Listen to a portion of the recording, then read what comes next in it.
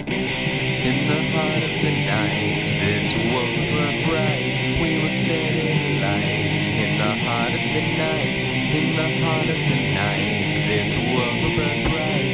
We will set it alight. In the heart of the night.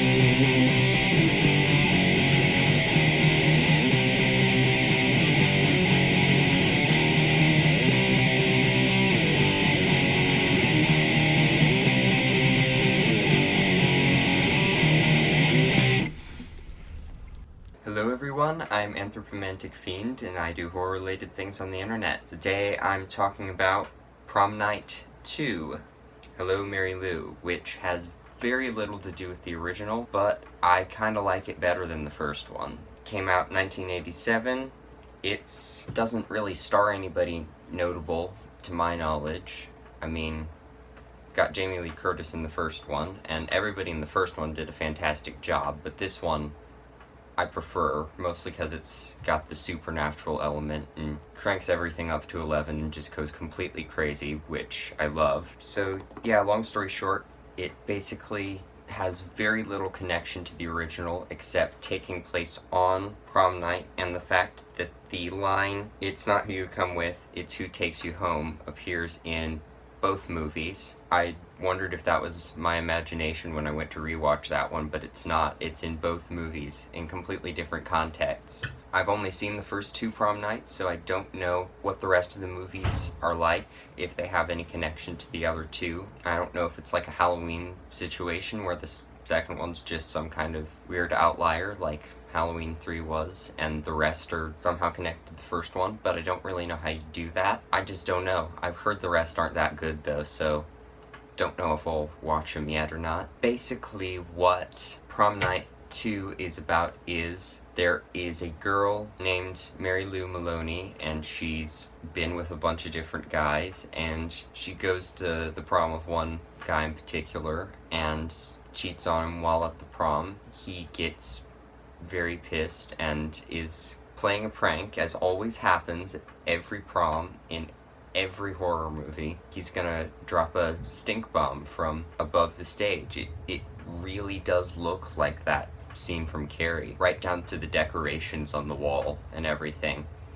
But he drops a stink bomb, and rather than it stinking up the place, it catches Mary Lou's dress on fire and she burns to a crisp. And then years and years later, something happens that releases Mary Lou's spirit, and things start going crazy from there. That's all I'm really going to tell you about the plot, because I don't want to spoil all the fun, scary stuff, at least not until I get to the spoilers. But what I will say is that this movie has a very, very 80s synthy soundtrack, which I fully appreciate. It's nice and creepy and synthy and 80s.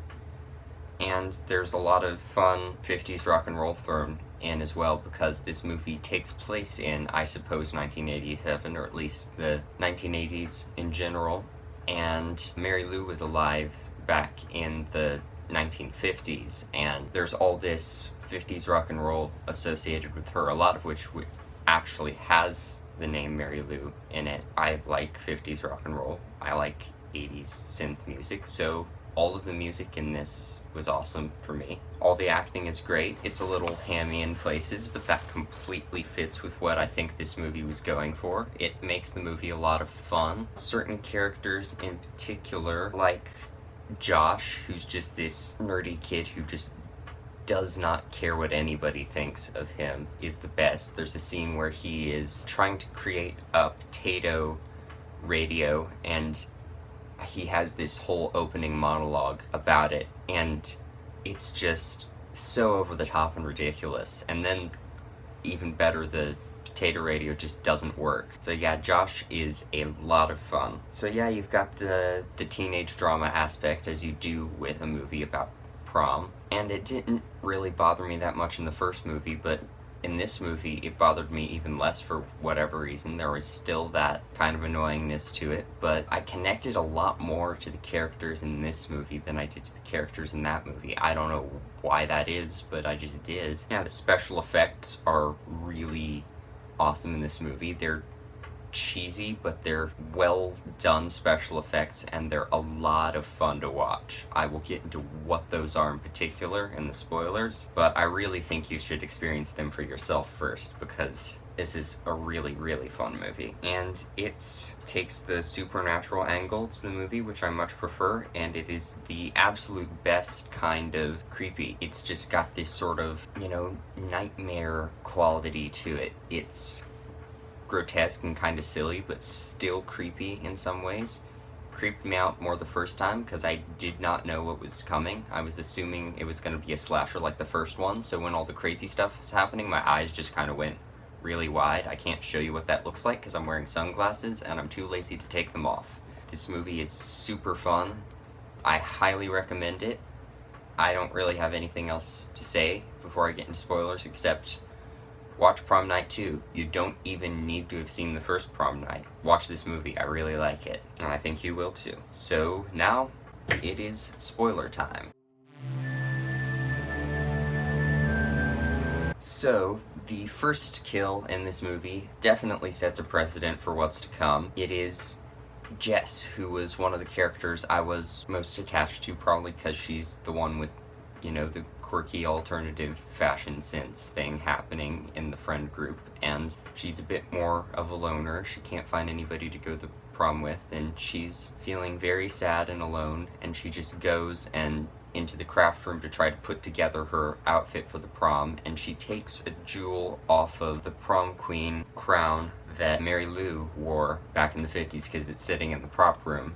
And after she does that, the radio starts playing a 50s rock and roll song, and everything in the room just goes after her. Like, this paper cutter drops on the ground and opens up, and then the, capey thing that she's wearing starts to wrap around her and choke her and drag her underneath the paper cutter. And the really fun thing about that is that the first time I watched this movie, I didn't think much of it. I thought it was going to be just a very cheesy, not much to look at sequel to the first Prom Night. So I just kind of had it on the background while I was working on a school project, and that school project entailed making a poster and cutting up things with a paper cutter. So she's being dragged by her cape underneath the paper cutter, which is preparing to cut her, while I'm using the paper cutter, and I'm just like, please don't hurt me. I haven't done anything to you.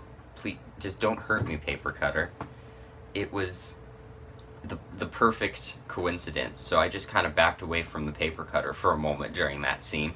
But the paper cutter doesn't even end up cutting off her head, although that would have been brutal. No, instead it the cape makes a noose and hangs her from the ceiling, and then throws her out the window.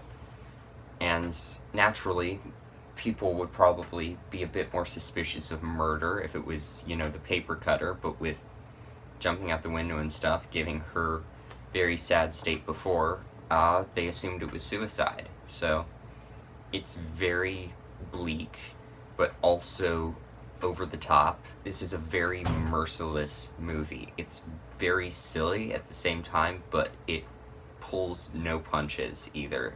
Nobody is safe in this movie. Case in point, Father Cooper, who's one of the guys who was with the guy dating Mary Lou at the beginning of the movie, who I think might even be the school principal, I think. He works at the school or around the school or something, but his friend becomes like this Catholic priest. He starts doing a Van Helsing type thing and researching spirits who are trapped in purgatory, trying to come back and find a way to return to the mortal world, and he is doing all this research and trying to put stuff together to ward off evil. They set all that up, and I should also say that at this time there's a girl named Vicky in the school who is like the main character of the movie. Mary Lou has picked her for whatever reason to be the body that she takes control of to return to the world of the living.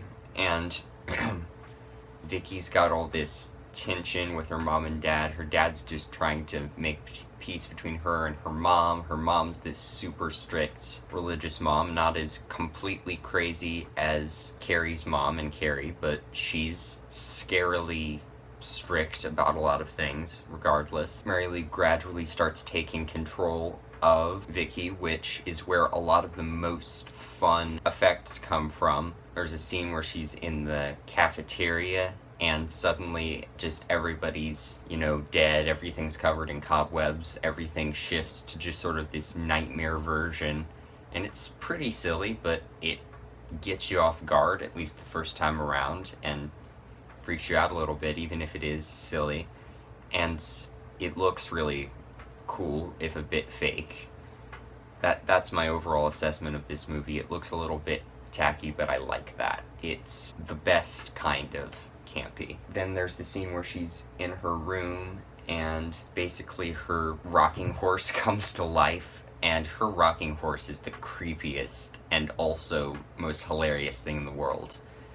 It has these red eyes that open up, and it, will snarl at her and stick its tongue out, which is the most fun part. But yeah, that happens. Her bed sheets start trying to grope her and stuff, which is weird, and things start trying to come out of her mirror, and of course she tries to make it stop, and then her parents rush into her room and nothing's happening. This happens a lot in the movie. Another one of my favorite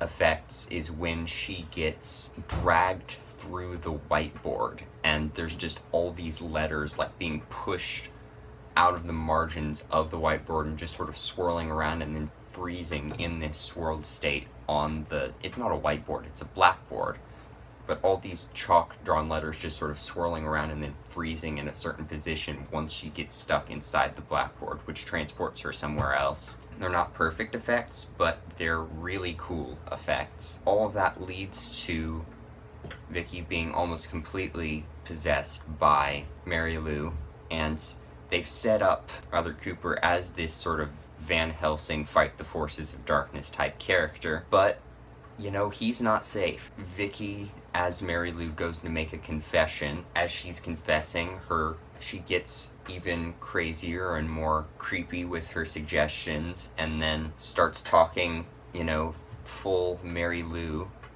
in full Mary Lou mode, and he's just like, "What? Mary Lou?"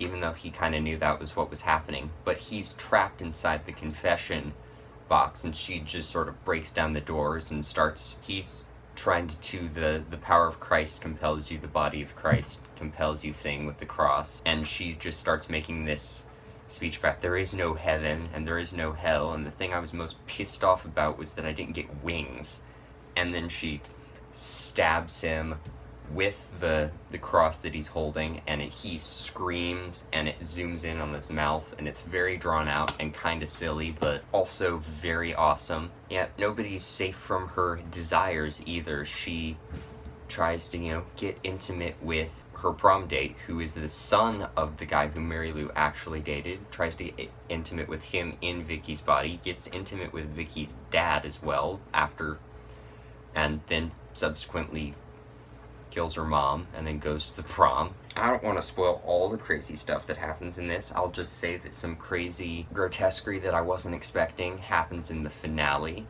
The finale is a lot of fun, like everything else in this movie, and it's pretty gory and a special effects extravaganza, and there's a nice little twist at the end that is, of course, pretty cheesy, but also feels set up like what happened before. So yeah, Prom Night 2, Hello Mary Lou. I don't know if I'd call it a better movie than Prom Night 1, but in my eyes, it's my prom night movie of choice. So thank you for watching my video. Please check out Prom Night 2 and Prom Night 1. Let me know what you think of the other prom night movies, and if you think they're worth watching, either because they're good or because they're abysmal. But yeah, my next review will probably be in October. That'll be a lot of fun. I hope to add some extra spookiness to my videos then. My next movie will be a killer clown film. Hopefully you'll check that out. Thank you for checking this out, and hopefully I'll see you next time. Thank you for watching.